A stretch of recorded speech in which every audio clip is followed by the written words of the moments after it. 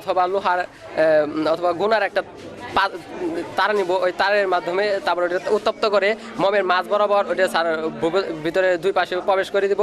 তারপরে দুই পাশে তো ক্যান অথবা যে কোনো একটা পাত্র রাখবো, পাত্র রাখার পর মাঝখানে স্যার দুই পাশে আগুন ধরে দেবো। আগুন ধরার পর স্যার যখন মনটা গলতে থাকবে, গলার পর এটা স্যার মানে পৃথিবীর যে আকর্ষণটা, মধ্যাকর্ষণ বলটা যে আছে ওইটা থাকার কারণে নিচের দিকে আকর্ষণ করতে থাকবে।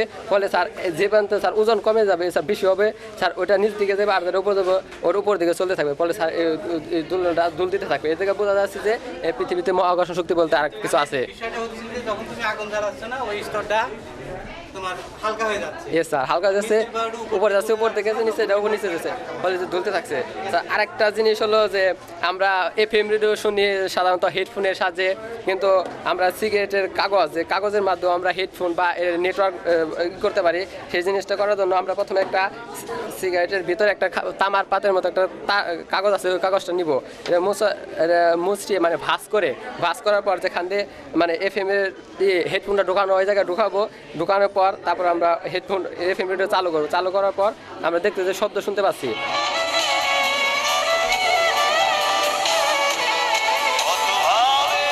এটা শুধু একটা মাত্র কাগজ। স্যার দাঁত দিয়ে কামড়ায় না স্যার, এটা স্যার আমার শরীরে স্যার একটা স্যার আর্থিং এর কাজটা স্যার এটা করতেছে আর কি। হাতে ধরলে হবে, একটু কম হবে ভিজে। আমরা জানি যে আর্থিং এর মধ্যে যত পানি থাকবে, বিদ্যুৎ লাইনটা তত মানে ভোল্টেজটা বেশি পাবে আর তড়িৎ প্রবাহ তত বেশি চলবে। সেজন্য আমরা মানে জিহ্বা দিয়ে লাগাইছি। খুব ভালো একটি প্রচেষ্টা, তোমাদের অনেক অনেক অনেক ধন্যবাদ, অনেক ধন্যবাদ। আমরা পরবর্তী পরীক্ষাতে যাব।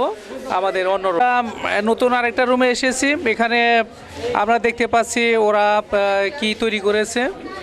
লেখা আছে ম্যাথ ইজ ফান। এটা সম্পর্কে এখানকার পরিচালক সে বলবে। আমি মোহাম্মদ হামিদুর রহমান, আমি ম্যাথ ইজ ফানের লিডার বলতেছি আমি। তো ম্যাথটা যে ফান, আমরা সেটা নিয়ে কাজ করতেছি। আমরা কিছু জিনিস উপস্থাপন করছি ম্যাথের উপর, যে ম্যাথটা আসলে সত্যি ফান। ম্যাথ ছাড়া যে আমরা চলতে পারি না, তারই কিছু নমুনা আপনারা কিছুক্ষণ দেখতে পাবেন। যেমন এই যে আমরা যে দেখাচ্ছি একটা পরিসংখ্যানের ডাটা, আমাদের সব ক্ষেত্রে প্রায় এটা কাজে লাগে, অর্থাৎ গণনার ক্ষেত্রে, যেমন খেলাধুলার ক্ষেত্রে, জনসংখ্যা গণনার ক্ষেত্রে, জরিপ কাজ, অর্থাৎ যে কোনো জরিপ কাজে আমরা এই পরিসংখ্যানটা ব্যবহার করতে পারি। অর্থাৎ আমাদের ব্যবহারিক জীবনে এই পরিসংখ্যানটা কাজে লাগতেছে, অর্থাৎ ম্যাথ কাজে লাগতেছে। তারপরে আপনারা এদিকে আসেন, দেখাচ্ছি আমি। হ্যাঁ, আমরা এখানে নতুন আরেকটা দেখতে পাচ্ছি, ছবিগুলো একটু, এই ছবিতে কি প্রকাশ করতেছে? আমাদের এটা হচ্ছে একটা মুভিং ফ্লাওয়ার বা মুভিং সার্কেলও যেটা বলা যেতে পারে। তো আমরা একটা এই জায়গায় অরিগামির একটা জিনিস এনেছি। এটা আপনারা যেমন হ্যাঁ, চিত্রতে কি প্রধান হচ্ছে, কি তাই তুমি প্রকাশ করতেছো? এটা একটা বৃত্তের একটা শেপ বা মুভিং ফ্লাওয়ার বলতে পারে, যারা নড়াচড়া করতে পারে বা যে কোনো দিকে ঘোরালে এটা, হ্যাঁ, একটা ফ্লাওয়ার বা বৃত্তের একটা শেপ আসতেছে। এই দেখেন কয়েকটা শেপ আসতেছে, এই যে একটা শেপ, এই যে আরেকটা শেপ দেখেন, এই যে আরেকটা, এই পাশে আরেকটা আছে দেখেন, এই যে আরেকটা শেপ। নেক্সট আপনারা দেখেন, এটা আমাদের জিওমেট্রিক শেপ ইন ফ্যাশন ডিজাইনের ক্ষেত্রে ম্যাথটা যে কাজে লাগে সেটার আমরা প্রেজেন্টেশন বা উপস্থাপন করেছি। যেমন applique for sari, for pillow cover, for bed cover, cotton কাভারের ক্ষেত্রে ম্যাথের যে পরিমাপটা প্রয়োজন সেটা আমরা এই জায়গায় দেখাচ্ছি। জ্যামিতিক অর্থাৎ পরিমাপ দিয়ে আমরা বিভিন্ন শাড়ির কাভার এসব আমরা ডিজাইন করতে পারি, সেটাই আমরা এই জায়গায় দেখাচ্ছি। অর্থাৎ এই স্টলের মূল এটা হলো যে মূল উপপাদ্য বিষয়টা হলো মানে গণিত এবং ম্যাথ, এই দুইটা ব্যবহার করে আমরা বাস্তব জীবনে কীভাবে ব্যবহার করি সেটাই হলো মূল উদ্দেশ্য। সেটা বাস্তব জীবনে যে আমরা ম্যাথ ছাড়া চলতে পারি না, সেটাই আমরা, হ্যাঁ, দৈনন্দিন জীবনে ম্যাথটা শুধু সবাই পড়ে, ছাত্ররাও ম্যাথ সম্পর্কে একটা ভীতি কাজ করে। আসলে যে ম্যাথটা ভীতির জিনিস না, এটা একটা মজার জিনিস, যার জন্য আমরা নিচ্ছি যে ম্যাথ ইজ ফান। এটা ফানের মাধ্যমে আমরা সব কিছু শিখতে পারি। যেমন এখানে মুভিং ফ্লাওয়ার, একটা ফুল দিয়ে আমরা এখানে কয়েকটা শেপ দেখতে পারতেছি, সার্কেল আসতে পারতেছে, তারপরে ভুজ আসতে পারতেছে, বিভিন্ন ভুজ, আপনার পঞ্চভুজ, ষড়ভুজ, ত্রিভুজ এরকম আসতে পারতেছে এখানে। তারপরে বলো তোমরা এটা, আমরা আরেকটা দেখতে পাচ্ছি, এটাও জ্যামিতির একটা আমাদের এটার নাম হচ্ছে কর্নিক সেকশন। এখন এটা ফানেল আকৃতির একটা বাজারে আমরা মাপি বা ফ্যানেল বলা যেতে পারে। এটা যদি আমরা গোলাকারে যদি কাটি, এইভাবে যদি কাটি, তাহলে আমরা একটা সার্কেল বা বৃত্তের একটা শেপ পাইতেছি। যদি এইভাবে কোণাচে করে কাটি তাহলে ইলিপসের একটা শেপ পাইতেছি। যদি আবার ত্রিভুজের আকার কিন্তু একটু বাঁকা করে যদি কাটি তাহলে প্যারাবোলার একটা শেপ পাইতেছি। আর এইভাবে যদি কৌণিকের মতো কাটি তাহলে একটা হাইপ্যারাবোলার একটা শেপ পাইতেছি। অর্থাৎ একটা ফানেল বা একটা জিনিস থেকে আমরা জ্যামিতির বিভিন্ন অংশ বা কালেক্ট করতে পারছি বা দেখাতে পারছি। এটা আমাদের সিলেবাসের একটা অংশ, আমরা দেখাতে পারি। আচ্ছা, ঠিক আছে। আমরা নেক্সট পাচ্ছি, এটা সম্পর্কে বলবে। বলো তোমার নাম। এটার শেপটা আগে ইগুলি দেখো, এটার ইকুয়েশনগুলি ওইখানে, আর এটার ভিত্তি হ্যাঁ, ওই এই স্ট্রং থেকে যে আমরা বিভিন্ন ধরনের শেপ পাই, আর এই হ্যাঁ সেখান থেকে কিছু সূত্র আমরা পেয়েছি, তা ওখানে দেওয়া আছে। আর এই ব্রিজটা অস্ট্রেলিয়ান একটা ব্রিজ, আর এই ব্রিজটা শেপ সম্পূর্ণ ব্রিজটা দাঁড়িয়ে আছে একটা প্যারাবোলার উপরে। আর এই যে রুটের যে একটা শেপ, সেটা একটা চতুর্ভুজ, আর রাস্তাটা একটা অধিবৃত্ত। এর থেকে বলা যায় মানে সম্পূর্ণ ব্রিজটাই একটা জ্যামিতিক বিভিন্ন পার্ট দিয়ে ব্রিজটা তৈরি হয়েছে। মানে ব্রিজটা তৈরি হয়েছে মোট কথা মানে গণিতিক বিভিন্ন হ্যাঁ, আমরা দেখতে পাচ্ছি এখানে দেখা যায় একটা ব্রিজ, কিন্তু ব্রিজের মধ্যে জ্যামিতির সমস্ত রকমের কলা কৌশল লুকিয়ে আছে। ঠিক আছে, ধন্যবাদ আপনাদের সবাইকে। বাস্তবে আমাদের অস্ট্রেলিয়াতে এরকম একটা ব্রিজ আছে, সেই প্যাটার্নেই আমরা এটা করছি। নিচে ওইখানে লেখা আছে যে অস্ট্রেলিয়ার ব্রিজটার নাম হচ্ছে ARCH ব্রিজ। এটা বাস্তবে আসলেই আছে অস্ট্রেলিয়াতে, সেইটার প্যাটার্নে আমরা এটা রেডি করছি। ওই পাশে চলে যাও। থ্যাংক ইউ আপনাদেরকে। আমরা এই পাশে দেখি, এ পাশে কি আছে। এখানে এক আকৃতি আমরা দেখতে পাচ্ছি। একই আকৃতি ধারণ করবে প্রত্যেকটা বাড়ি এটা ঘন আকৃতি ধারণ করবে, আর একটা প্রতিটাই ঘন। আর এটা তৈরি করতে আমাদের লাগছে বিভিন্ন ধরনের জ্যামিতিক শেপ দ্বারা এটা তৈরি হয়েছে। প্রতিটা ক্ষেত্রে দেখেন যেভাবে ঘোরাবেন এই যেভাবেই এটা একটা জ্যামিতিক আকৃতির ঘনক তৈরি হবে। এইগুলা এটা দুটো জিনিস একই জিনিস, ওইটার শেপে এটাকে করা হয়েছে। আচ্ছা, থ্যাংক ইউ। এখানে আমরা কিছু দেখতে পাচ্ছি, কিছু পাজল মনে হচ্ছে, এখানে কিছু শব্দের ধাঁধা আছে। হ্যাঁ, এটা সম্পর্কে কি এটা হচ্ছে একটা মানে জ্যামিতিক যুগ। এটা আপনি যদি মানে একটা 45-এর ডাটা দেওয়া আছে, আপনি যদি এটা এদিকেও যোগ করতে চান এটা তাহলে 45 হবে। আপনি এদিকেও যদি যোগ করেন তাহলে 45 হবে, আবার এদিকেও যদি যোগ করেন তাহলে 45 হবে। বা এটা যদি আপনি এই কোনাকুনি যোগ করেন তাও এটা 45 হবে, এদিকেও যোগ করেন যদি তাও 45 হবে। বা আপনি যদি এই দুইটা আবার এই দুইটা যোগ করেন তাও 45 হবে। আপনি যদি এই দুইটা আর এই দুইটা যোগ করেন তাহলেও এটা 45 হবে। আপনি এটা চতুর্দিক থেকে আবার এই চারটা আর এই চারটা যদি যোগ করেন তাও আপনার এটা 45 হচ্ছে। আর আপনি যদি এটা মানে তৈরি করতে দেখতে চান তাহলে আমি একটু দেখিয়ে দিতে পারবো। যেটা হলো যে একটা এটা হলো মানে এখানে কিছু কিছু ওয়ার্ড গ্যাপ থাকবে, ডিজিট গ্যাপ আছে। এই ডিজিটগুলোকে এই চারটা যে কি সেটা হ্যাঁ, এটার মাধ্যমে আমরা বুঝিয়ে দিতে পারবো। আচ্ছা, ঠিক আছে, থ্যাংক ইউ। এখানে এটা কি এগুলো? জ্যামিতির বিভিন্ন শেপ। ছোট ছেলেমেয়েরা অনেক সময় পড়ালেখা করতে চায় না, আমরা খেলার ছলে আর কি তাদের কীভাবে শিক্ষা দিতে পারি। কালারটা শিখাইতে পারি। যেমন এটা হলো একটা বর্গক্ষেত্র, এটার সাহায্যে দুইটা জিনিস যেমন কালার, তার পাশাপাশি আর কি শিক্ষা দেওয়া যাবে যে এটা একটু বর্গক্ষেত্র। জ্যামিতির একটা শেপও আমরা বলতে পারি এটাকে, শেপ এবং বিভিন্ন কালার সম্পর্কে। অর্থাৎ আমাদের এই স্টলের মূল উদ্দেশ্য হলো যে গণিত কোনো ভয়ভীতির কোনো সাবজেক্ট না। এটা যদি আমরা মজা করে এবং বিভিন্ন আকার আকৃতিতে রস দিয়ে যদি আমরা এটাকে উপস্থাপন করতে পারি, তাহলে যে কোনো বয়সের যে কোনো মানের শিক্ষার্থীদেরকে আমরা আরও উন্নতর করতে পারবো। এটাই হলো মূল উদ্দেশ্য। আচ্ছা, সবাইকে ধন্যবাদ। আমি তো এটা লাগতেছি বলবেন। আচ্ছা, দেখাইতেছো আমাদের এটা দ্বারা আমরা কি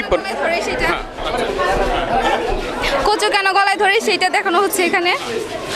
আর গলায় ধরে এবং কিভাবে কাজ করে এটা বলো। কচুতে ক্যালসিয়াম অক্সালেট থাকে, যার কারণে এটা গলায় ধরে।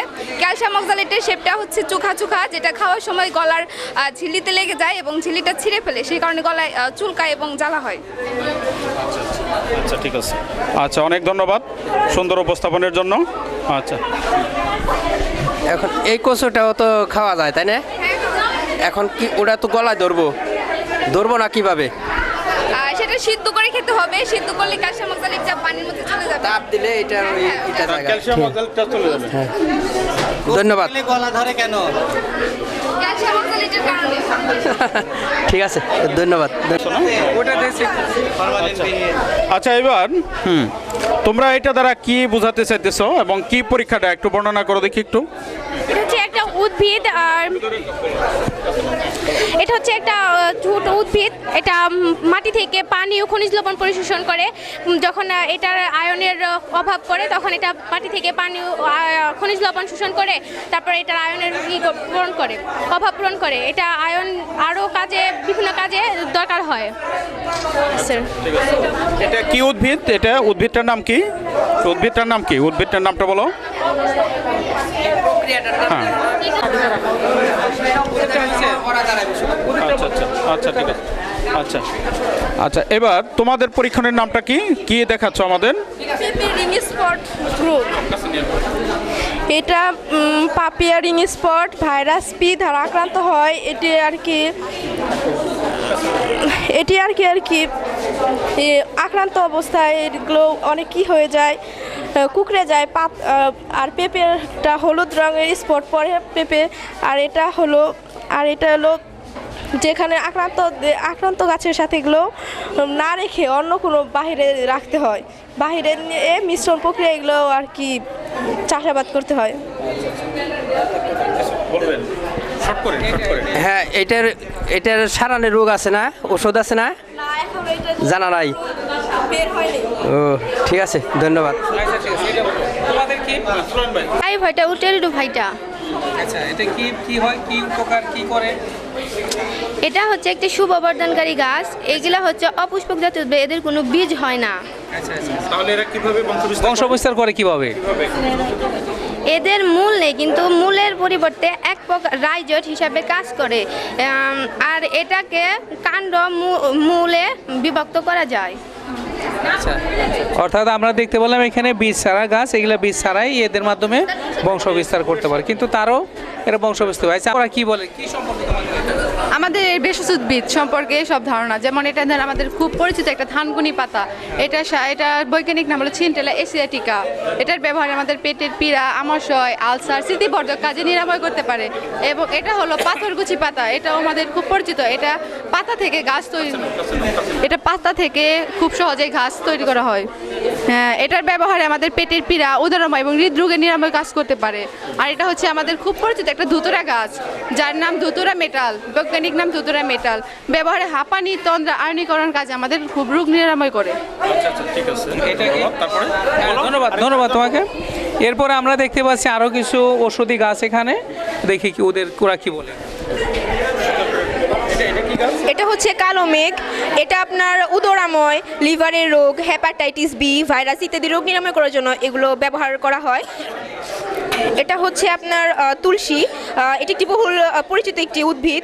এটা আপনার কাশি, হাঁপানি, ব্রঙ্কাইটিস ইত্যাদি রোগ নিরাময় করার ক্ষেত্রে এটা ব্যবহার করা হয়ে থাকে। আর এটা আরেকটি বহুল একটি পরিচিত উদ্ভিদ নিম।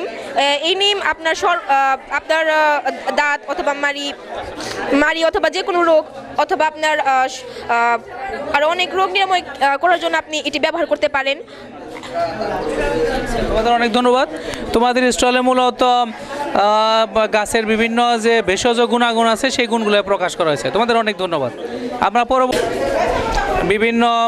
বিভিন্ন সাইজের মাশরুম বিভিন্ন দেখানো হচ্ছে। তোমরা কি দেখাচ্ছ এখানে?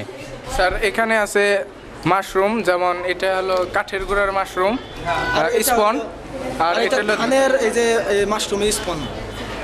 এটার সাহায্যে এগুলো 4টা বানানো যায়, আর এগুলো এই যে 10টার সাহায্যে এগুলো এই যে 40টা বানানো যায়। আর হলো এগুলো খরচ হয় মিনিমাম 5 টাকার মতো। আর হলো এগুলা এই যে মিনিমাম মাশরুম 30 টাকার মতো পাওয়া যায়। আর আমাদের দেশে যে মাশরুম উৎপন্ন হয় সেই মাশরুমের নাম হলো পিউরিটাস, বৈজ্ঞানিক নাম। আর হলো আমাদের দেশে এই যে বিষাক্ত মাশরুম আছে সেগুলো দেখতে অনেক উজ্জ্বল। মাশরুমের উপকারিতা কি? আমরা কেন মাশরুম চাষ করবো? মাশরুমে অনেক উপকার আছে, যেমন আমাদের জন্ডিস, ডায়াবেটিস রোগ আছে, এই যে আমাদের মানে শর্করা, প্রোটিন, খনিজ, শরীর দুর্বলতা, এগুলো রোগ থেকে মাশরুম খেলে, আমরা নিয়মিত খেলে এগুলো রোগ থেকে মুক্তি পেতে পারি। আচ্ছা আমরা দেখতে পাচ্ছি ছোট একটা পলিথিনে একটা আর বড় একটা পলিথিনে 3টা, এটা কিভাবে? এটা কি মাশরুম মানে হচ্ছে গ্রো করতেছে এখানে নাকি? এখানে হলো স্যার, যেমন স্যার আপনারা ভিতরে খড় দেখতে পাচ্ছেন, এখানে স্যার বিভিন্ন ধাপে ধাপে স্যার এই যে এইসব বীজ ছিটিয়ে দেওয়া হয়, এর ফলে স্যার বিভিন্ন অর্থাৎ এখানে মাশরুম মানে উৎপাদন করার একটা প্রক্রিয়া বা সিস্টেম এখানে দেখানো হচ্ছে। আচ্ছা, অনেক ধন্যবাদ, অনেক ধন্যবাদ। আরেকটা আইটেম, অনেক বেশ কিছু, হ্যাঁ সব কিছু কে দেখা যাচ্ছে কি জীবন্ত। এসে দেখি আয়োজকরা কি সম্পর্কে বলো, কি এটা দেখা? এটা হলাম ইকোলজিক্যাল পিরামিড, জীবের শক্তির পিরামিড। মানে কিভাবে শক্তি এক স্থান থেকে আরেক স্থানে, মানে এক জীবে থেকে আরেক জীবে স্থানান্তরিত হয়, সেই পদ্ধতি। আমরা এখানে দেখতে পাচ্ছি একটা স্তরে, এখানে কি দেখা যাচ্ছে, এখানে আবার কিছু প্রাণী, আবার কিছু বড় প্রাণী, আবার আরেকটা প্রাণী, এটা দ্বারা কি বোঝাচ্ছে একটু ব্যাখ্যা হচ্ছে যে প্রতিটি জীব একে অপরের উপর নির্ভরশীল করে তাদের খাদ্য শৃঙ্খলটা চালিয়ে থাকে। যেমন প্রথম স্তরে যে উৎপাদক যে রয়েছে, উৎপাদককে প্রথম স্তরের খাদকরা ভক্ষণ করে তাদের জীবন চালায়, আবার প্রথম স্তরের খাদককে দ্বিতীয় স্তরের খাদক বা সেকেন্ডারি খাদক খেয়ে তাদের জীবন কার্য চালায়। এভাবে আবার টারশিয়ারি খাদক যারা বা তৃতীয় স্তরের খাদক, তারা সেকেন্ডারি খাদককে খেয়ে তাদের জীবন কার্য চালিয়ে থাকে, এবং সর্বোচ্চ খাদক যারা, তারা এই সকল প্রাণীকে খেয়ে তাদের জীবন চালিয়ে থাকে। এখানে এই যে তেলাপোকা দেখা যাচ্ছে, এটা কোন শ্রেণীর খাদক? এটা হচ্ছে সর্বভুক। এটা হচ্ছে প্রথম স্তরে সর্বভুক। এটা প্রথম স্তরের খাদক, এটা সর্বভুক মানে। এটা আসলে আপনার সর্বভোগ প্রাণী, কিন্তু এই শক্তির পিরামিডে সে সেকেন্ডারি প্রাইমারি খাদক হিসেবে মানে করা হয়েছে। ধন্যবাদ। আচ্ছা, তোমাদেরকেও ধন্যবাদ সুন্দর একটি মানে খাদ্য শৃঙ্খল বা খাদ্য জল দেখানোর জন্য, তোমাদেরকে ধন্যবাদ। আচ্ছা, আমরা আরেকটি রুমে এসেছি, এখানে দেখতে পাচ্ছি বৈজ্ঞানিক যন্ত্রপাতি, বিভিন্ন ধরনের ইলেকট্রনিক যন্ত্রপাতি আছে, অর্থাৎ কমিউনিকেশনের সিস্টেমটা এখানে আয়োজন করা হয়েছে। আমরা এখানে দেখতে পাচ্ছি ল্যাপটপ, তারপরে আছে রেসিং কার, তারপর বিভিন্ন সাইজের মোবাইল ফোন, তারপরে আছে টেলিফোন, এরপর আছে আমরা দেখতে পাচ্ছি রিমোটের সাহায্যে রিমোট কি জন্য কে বলবে? রিমোট কি জন্য? হ্যাঁ, রিমোটের একটা কেবল ছাড়া প্রযুক্তি, মানে এটা একটা কেবল প্রিন্ট প্রযুক্তি, মানে এটার সাহায্যে, অর্থাৎ রিমোট দিয়ে আমরা দেখতে পাচ্ছি যে রিমোট হলো একটা কেবল ছাড়া সেন্সর, অর্থাৎ রিমোট মানে যেটাকে আমরা বলি কেবল ছাড়া কমিউনিকেশন। এরপরে আমরা দেখতে পাচ্ছি বিভিন্ন ধরনের ডেটা কেবল, তারপর বল কিসের জন্য? এইটা একটা ন্যানো টেকনোলজি, বলের স্থায়িত্ব বৃদ্ধির জন্য ন্যানো টেকনোলজি ব্যবহৃত হয়। আমরা দেখতে পাচ্ছি চার্জার কি জন্য? ব্যাটারির স্থায়িত্ব বৃদ্ধির জন্য, যাতে ব্যাটারিতে পাওয়ার থাকে সেজন্য চার্জার ব্যবহৃত হয়। এরপরে আমরা দেখতে পাচ্ছি আরও কিছু কার আছে এবং স্পিকার আছে, কার দেখা যাচ্ছে, এবং এটা মনে হয় ব্যাটারি। এটা কি ব্যাটারি বা রিমোট ছাড়া কি চলবে? এটা সম্পর্কে বলবে? না, এটা রিমোট ছাড়া চলবে না। কিভাবে চলে? ব্যাটারি। আচ্ছা, আমরা দেখতে পাচ্ছি লেখা আছে BMW, অনেকগুলো সংখ্যা দিয়ে লেখা আছে, কিন্তু এখন এটা চলতেছে না, চালানোর ব্যবস্থা। এখানে পানি কিসের জন্য? ন্যানো টেকনোলজির মাধ্যমে এই পানিকে বিশুদ্ধ করা হয়েছে। আচ্ছা, সেই টেকনোলজিটা কি? আমরা কিভাবে বিশুদ্ধ করতে পারি পানি ঘরে বসে? ন্যানো টেকনোলজি এটা স্যার ক্ষুদ্র কণাকে অতি ক্ষুদ্র করে স্যার এটা বিশুদ্ধ করা হয়। আচ্ছা, এরপরে আমরা দেখতে পাচ্ছি কিছু খালি বোতল আছে, কিছু ম্যাটেরিয়ালস আছে, আর এটাকে কি বলা হয়? আচ্ছা, এটা দ্বারা কি হয়? এটা দিয়ে আমরা এই যে ক্লাউড তৈরি করব বোতলের ভেতর। কিভাবে? দেখাচ্ছি। একটু টাইম হ্যাঁ হ্যাঁ দেখি। হ্যাঁ আমরা দেখতে পাচ্ছি এই, খালি একটি প্লাস্টিকের বোতলে কি উপাদান এটা? এটা অ্যালকোহল। অ্যালকোহল ঢালা হচ্ছে।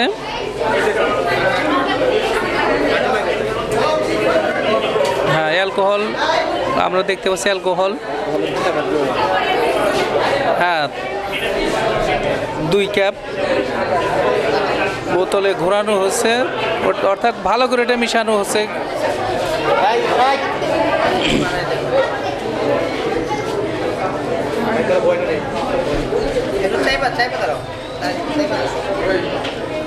হ্যাঁ হয়ে গেছে মনে হয়।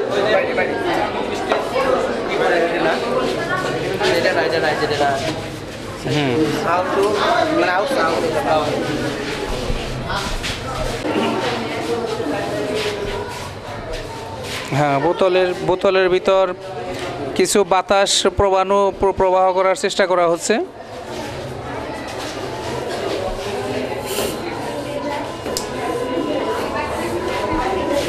বোতলে হ্যাঁ আমরা দেখতে পাচ্ছি বোতলে হ্যাঁ বাতাস ঢুকতেছে।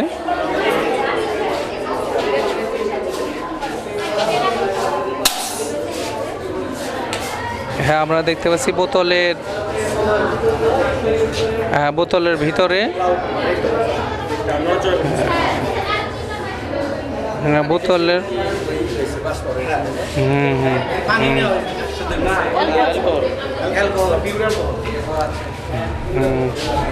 আচ্ছা ঠিক আছে, ধন্যবাদ। আমরা পরে এটা কি তোমাদের?